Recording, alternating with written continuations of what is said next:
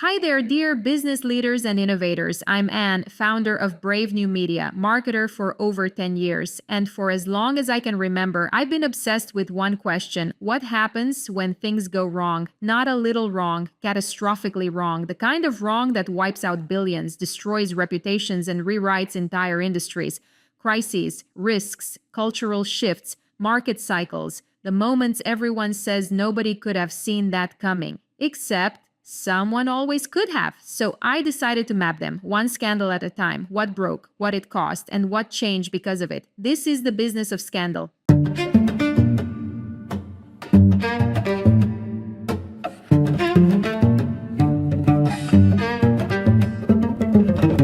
So, one Instagram post, one personalized beer can, one influencer that nobody, and I mean nobody, at AB InBev's C-suite had actually heard of, and $27 billion in market value just gone, evaporated like foam on a half-empty pint glass.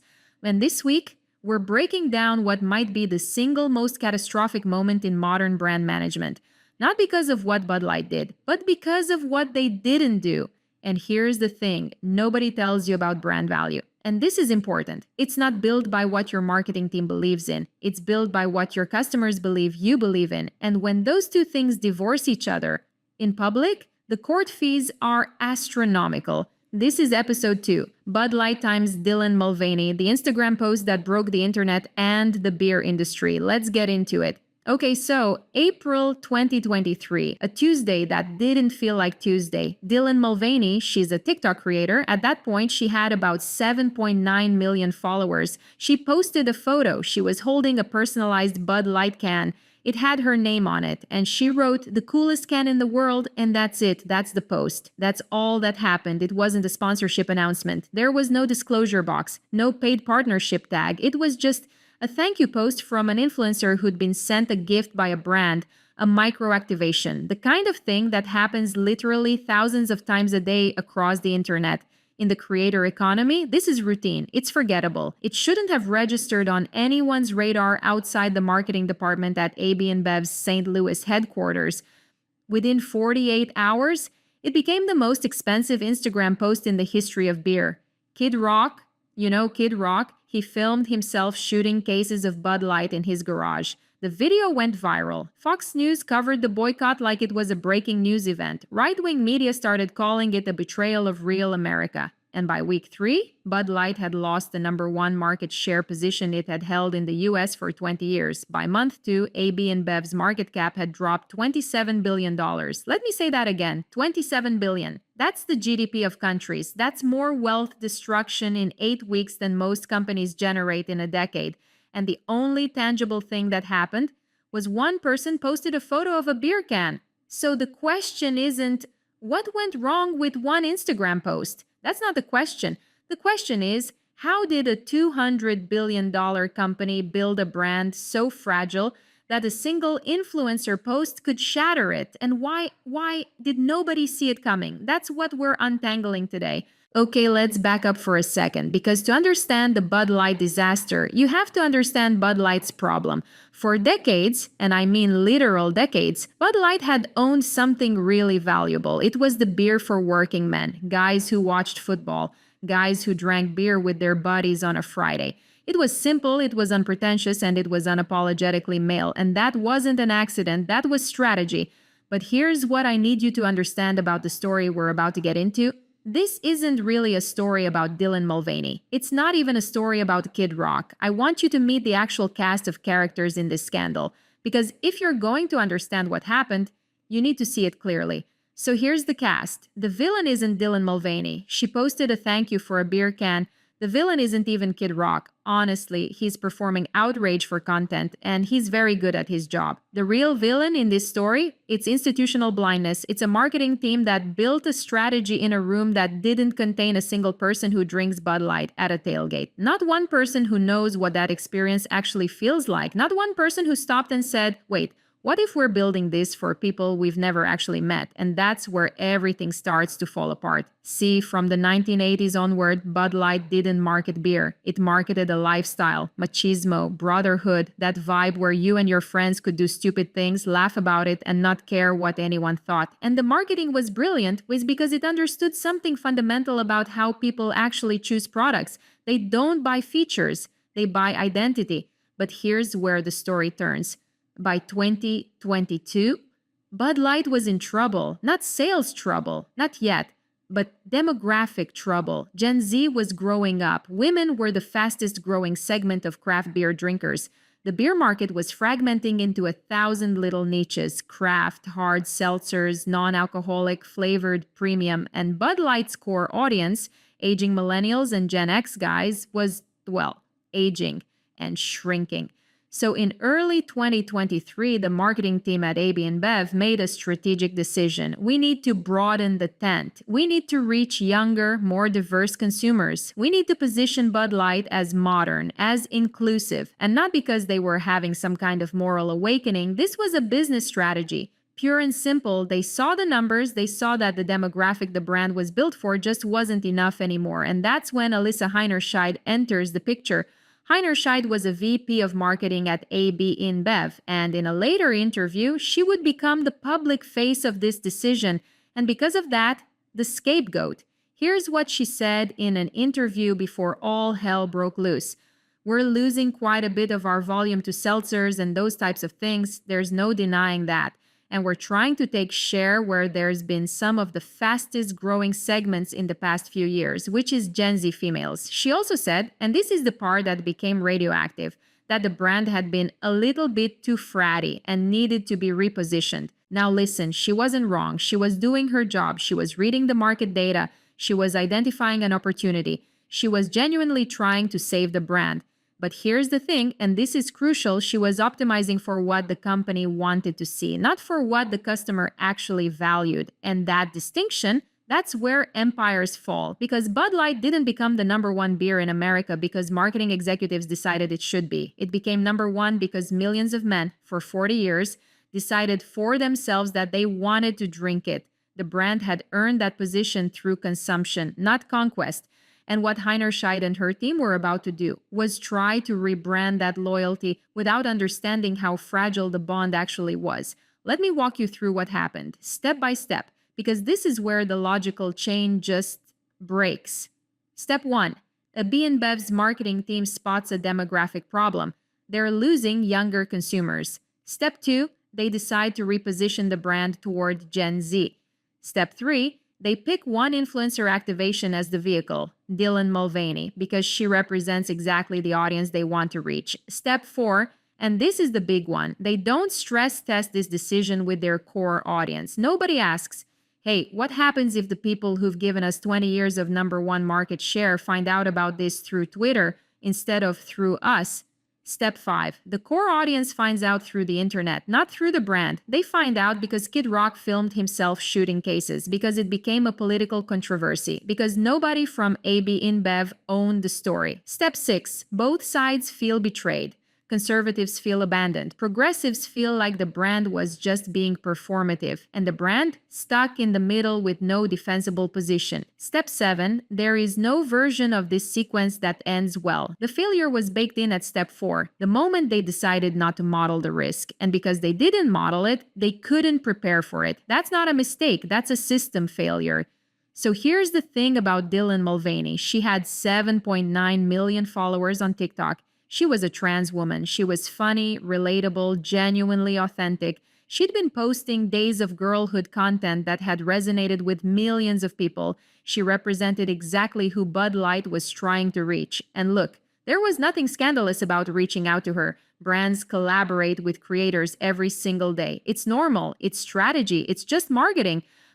And this is the critical but, the team that made this decision. They lived in a completely different universe than the people who actually bought Bud Light. I call this the bubble problem. The marketing team at AB InBev in 2023 is mostly younger, mostly college educated, mostly living in cities, mostly plugged into cultural conversations about diversity and inclusion that feel obvious to them.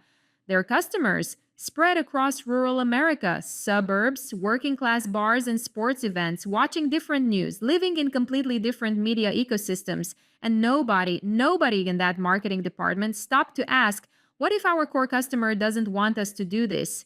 Not, what if they're right to feel that way? Just, what if? And here's what I want you to think about, because every scandal has a moment where the main character doesn't realize they're about to walk into traffic. The hero of this story isn't Dylan Mulvaney, it's you, the person listening right now. You're the one who can learn from this. You can see the blindness that killed this brand, and you can apply that same lens to your own business. Right now, today, where are you building a strategy in a room that doesn't actually understand who your customer is? Where are you making assumptions about loyalty that might not survive first contact with reality? That's the question, because Heinerscheid's mistake, it's sitting somewhere in your company too. Now here's the incentive structure that nobody talks about. By 2023, every corporate board was pushing marketing teams to reach new demographics. Every marketing leader's performance review was tied to audience growth. Every agency was pitching Gen Z engagement. The internal incentives all pointing one direction. So even if someone in that room had raised their hand and said, wait, this could alienate our core audience, they'd be swimming against the current. They'd be the person saying no to metrics that looked great in a board presentation. And in most companies, that's a career-limiting move. The incentive architecture was broken, not because anyone was evil, because everyone was following the system, and the system wasn't designed to flag this kind of risk. So they send Dylan Mulvaney a personalized can. She posts it. She tags the brand. It's a totally normal influencer moment. And then her followers see it, and their followers see it, and then people who don't even use TikTok hear about it from their uncle at the bar. And the conversation isn't, oh, a brand is trying to reach new audiences. Smart business. It's Bud Light is choosing someone else over US. And that's the thing about brands. Brands don't own customers. Customers own brands. And when you show your customers that you're willing to reposition yourself for a different audience, you've basically told them, we don't need you anymore. We've got new people. That's how a single Instagram post becomes a $27 billion problem. But we're not there yet. First comes the fire. April 23rd, 2023. Kid Rock films himself in his garage. He's got multiple cases of Bud Light. He's got a gun and he's shooting them. It's performative. It's calculated. It's also extremely on brand for Kid Rock, which is exactly why it works. The video spreads. News picks it up. Political figures start piling on. The narrative forms almost instantly. This brand just abandoned its base. And here's what blows my mind. Nobody in the Bud Light marketing department seems to have anticipated this. They had no response strategy. None. When a crisis hits a brand, you really only have three plays. One, you defend the decision. You explain the strategy. You say we're reaching new audiences and we stand by that. Two, you apologize. You say, we hear you. We got it wrong. Here's what we're doing to fix it. Three, you say nothing and hope it blows over. Bud Light chose option 3, but actually, it's worse than that. They kind of did all three at once, and by doing that, they did none of them. Different company officials were saying contradictory things. The brand didn't own the narrative. Both sides of the market started feeling like Bud Light had betrayed them, depending on which corner of the internet you lived in. And then, a counter boycott. People on the other side started buying Bud Light in solidarity, so now Bud Light had 2 boycotts happening at the same time. Both sides thought the brand had abandoned them. Both sides were taking action. And from a business perspective, this is actually worse than just losing one side. Because now the brand has become a symbol, a proxy, and it's no longer about beer, it's about identity. And let me tell you, and when your product becomes a symbol in a larger cultural argument, recovery is almost impossible. Because you can reposition a product, you cannot reposition a symbol. Here's a useful way to think about what happened. Brands have 2 types of equity. One is fame, how many people know you. The other is preference, how many people actually like you. Alternatives. Bud Light before this had enormous fame and enormous preference in their core demographic. That's a fortress. What they were doing with the Mulvaney activation was basically trading preference with their existing customers for fame with new customers. It's a mathematical bet. We lose 5% of what we have to gain 15% of what we don't have, except, and this is the part that kills me, they forgot to actually ask their existing customers if they wanted to be traded. So what happened next? Within 3 weeks, Bud Light lost #1 market share for the first time in 20 years. Modelo, a Mexican beer, ironically, took the top spot. Within 2 months, sales dropped approximately 30% in some markets. Within 3 months, Alyssa Heinerscheid was put on paid leave. One VP of marketing became the fall guy for a multi-billion-dollar story. She'd done her job. She'd executed a strategy that looked good on a spreadsheet. And then she became the face of corporate miscalculation. The CEO, Brendan Whitworth, started doing a damage control tour. He went on TV. He talked about how the brand got it wrong and would be re-earning trust. He was trying every play at once, but here's the thing about brand trust. You can't just earn it back once you've broken it. You can recover from mistakes, but recovery isn't the same as restoration. It means rebuilding something smaller, more cautious, less ambitious. Bud Light was never going to be that same unstoppable force again. And the creator at the center of all this received serious threats. Her safety was compromised, all because she was part of a marketing activation that nobody at the company had risk assessed properly. That's a stakeholder protection failure, and it's the kind of liability that should have been modeled before the campaign ever launched. So, what did the total damage look like? Let's get specific. $27 billion in market cap loss. That's the headline. But let's actually break that down, because numbers are stories. Market cap is future earnings potential. When investors say this company is worth X, what they're really saying is, I think this brand will generate Y amount of profit over the next 10 years. When Bud Light's value dropped by $27 billion, investors weren't saying sales dropped. They were saying the long-term earning potential of this brand has fundamentally changed. Bud Light lost #1. Modelo took the spot and kept it. Sales dropped 25 to 35% depending on the market. Retailers started pulling Bud Light from premium shelf space, and the brand had to run damage control campaigns costing tens of millions just to fix what they'd accidentally broken. But here's the interesting part, and this is what most people miss. The short-term sales drop, that's actually the less important metric. What matters way more is this: brand preference shifted. Bud Light went from being my beer to being a complicated beer. And now every time someone reaches for a beer at a bar, they have to make an active choice. Do I want to deal with the baggage that comes with this brand? That's what I call a decision burden.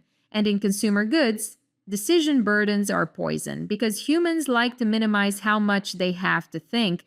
If buying Bud Light now requires you to have an opinion about something completely unrelated to beer, most people will just grab something else, not because they're angry, but because it's easier. And brand love, how much people emotionally connect with your brand, that dropped across the board, not just one segment, everyone, because the brand had become contested territory. It wasn't trustworthy anymore. It had shown the world it was willing to pivot its entire identity based on internal strategy, without thinking about how the market would receive it. And that's the betrayal that actually matters from a business perspective, not the direction of the pivot, but the fact that there was a pivot at all, because Bud Light had always said, through every ad, every sponsorship, we're for everyone, no judgment. And then in one move, they signaled, actually, we're repositioning.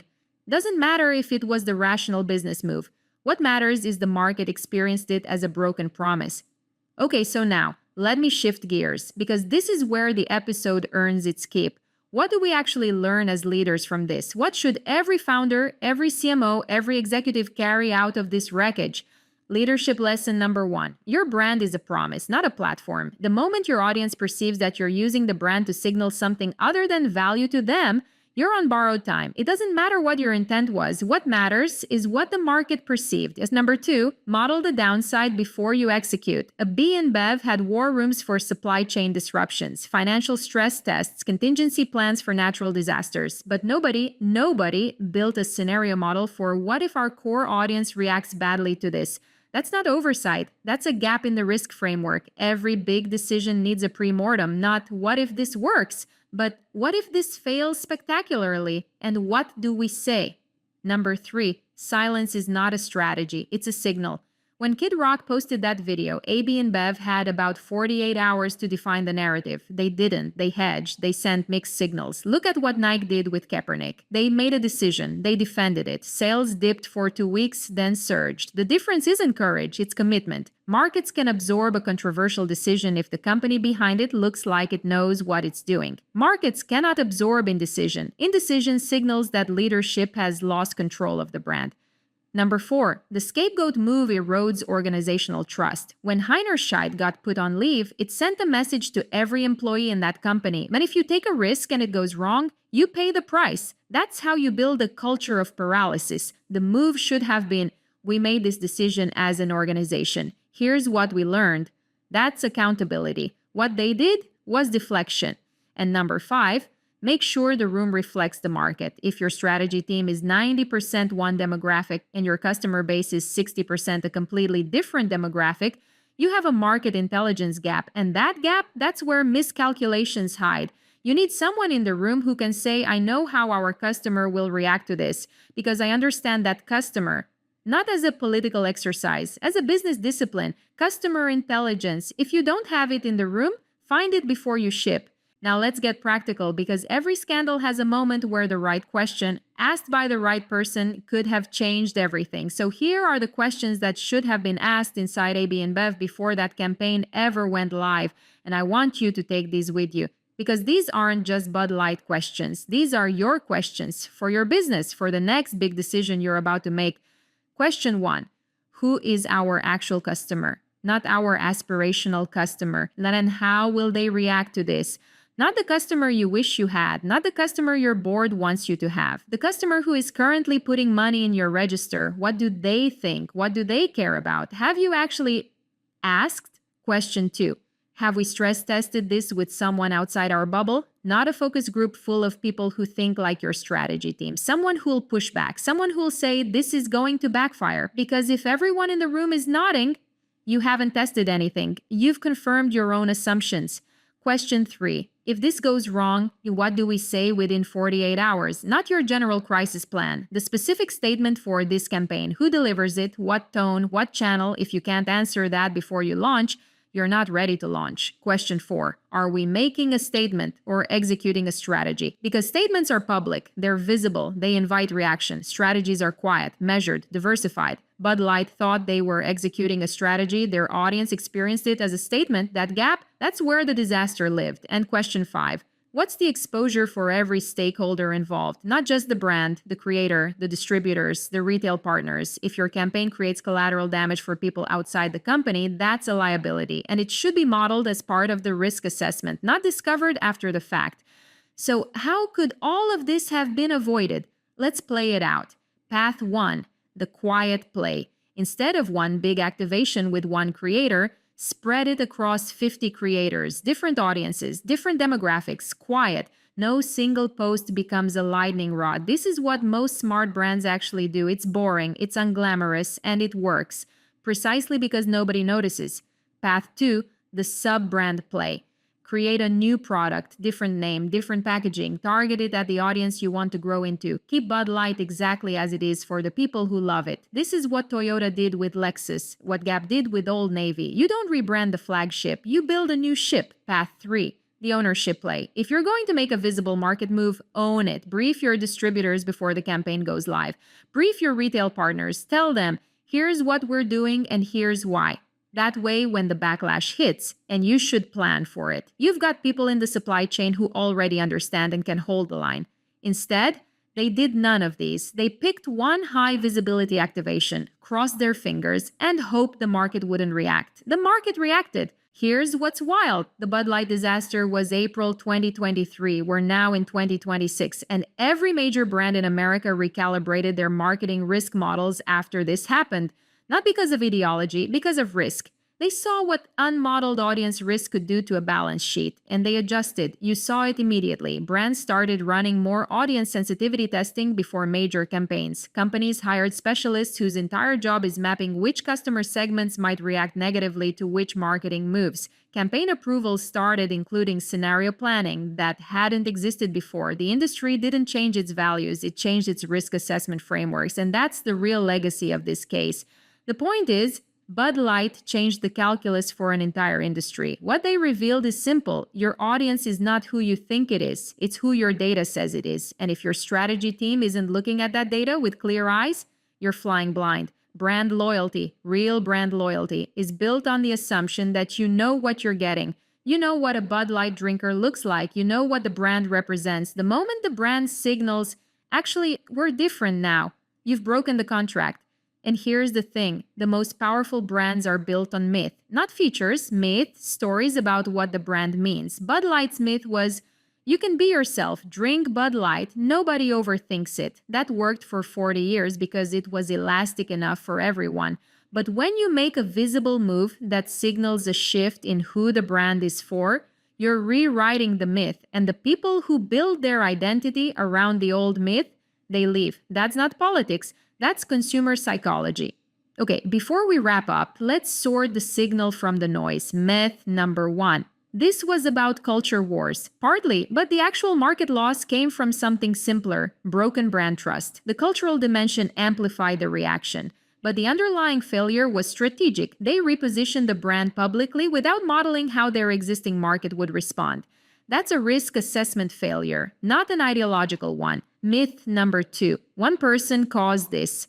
No, one person posted a photo. The damage was caused by a system, a decision-making process that didn't include scenario planning, audience risk modeling, or a crisis response playbook. The failure was institutional. Myth number 3. They'll bounce back to number 1. Unlikely. Once brand preference breaks in someone's mind, especially when it's tied to confusion or controversy, it sticks. They'll stabilize at a lower position. But the number 1 spot, that requires the kind of effortless brand trust that Bud Light no longer has. So here's what you take from this. Your brand is not a product, it's a promise. And the moment your market perceives that you've deprioritized them, they will leave. In numbers you cannot replace, not out of anger, out of indifference, because you made them think about something that used to be automatic. That's the scandal principle. Unmodeled risk is still risk, and the most expensive risks are the ones nobody in the room thought to ask about. Next week, on The Business of Scandal, Enron, the system that was literally designed to produce fraud. And we're going to talk about what happens when the incentive structure is the crime. Stick around. The Business of Scandal is hosted by me, Anne, produced by the team at Brave New Media. If this episode made you think about something in your own business, a risk you haven't modeled, a customer you're taking for granted, I want to hear about it. Drop me a line. I read everything. See you next week.